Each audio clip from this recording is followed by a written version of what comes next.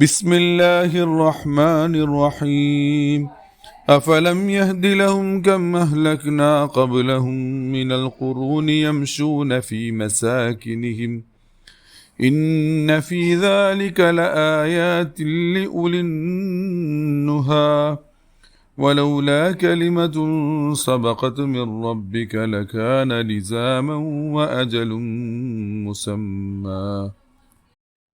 പരമകാരുണികനും കരുണാവാരിധിയുമായ അള്ളാഹുവിൻ്റെ നാമത്തിൽ.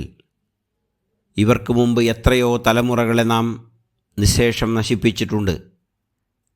അവരുടെ വാസസ്ഥലങ്ങളിലൂടെയാണ് ഇവരിന്ന് സഞ്ചരിച്ചു കൊണ്ടിരിക്കുന്നത്. എന്നിട്ടും ഇതൊന്നും ഇവർക്ക് മാർഗദർശനമാവുന്നില്ലേ? തീർച്ചയായും വിചാരമതികൾക്ക് ഇതിൽ ധാരാളം ദൃഷ്ടാന്തമുണ്ട്.